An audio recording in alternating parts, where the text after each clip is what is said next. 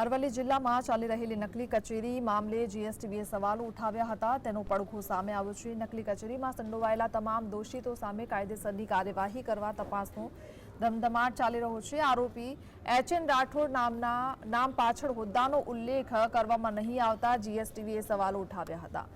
એચ.એન. રાઠોડ પહેલા સિંચાઈ વિભાગમાં આઉટસોર્સિંગ કર્મચારી તરીકે ફરજ બજાવતો હતો, તેમજ માલપુરના ઉભરાણ ગ્રામ પંચાયતમાં તલાટી તરીકે ફરજ પર હોવાનું સામે આવતા અરવલ્લી જિલ્લા વિકાસ અધિકારીએ દીપેશ કેડિયાને એચ.એન. રાઠોડને નોટિસ ફટકારી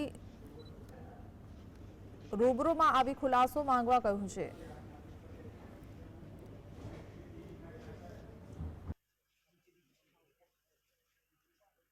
અરવલ્લી જિલ્લાની શર્મસાર કરતી એક ઘટના અઠવાડિયા અગાઉ જે બની હતી કે સિંચાઈની નકલી કચેરી ખાનગી મકાનના અંદર ચાલતી હતી। એ કચેરી અરવલ્લી જિલ્લાના બાયડના ધારાસભ્ય શ્રી ધવલસિંહ ઝાલા દ્વારા ત્યાં આગળ અચાનક મુલાકાત લેતા ત્યાં આગળ જે અધિકારીઓ ઝડપાયા હતા એ અધિકારીઓ હાલ સિંચાઈના અધિકારી એન.એલ. પરમાર પણ હતા, પૂર્વ અધિકારી પી.એમ. ડામોર પણ હતા, એક એન.એચ.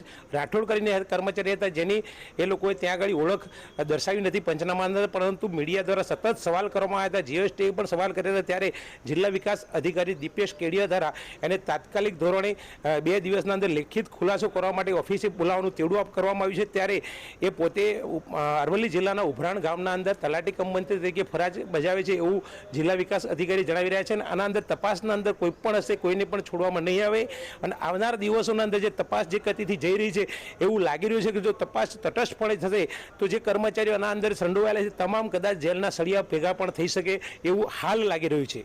રાકેશ પટેલ, જીએસટીવી।